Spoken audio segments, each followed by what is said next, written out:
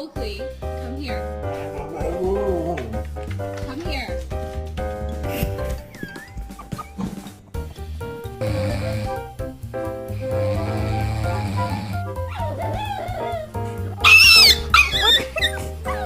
Sometimes what we want to believe doesn't quite line up. Are you slaving? Really can't come to the beach nowadays without at least seeing one shark.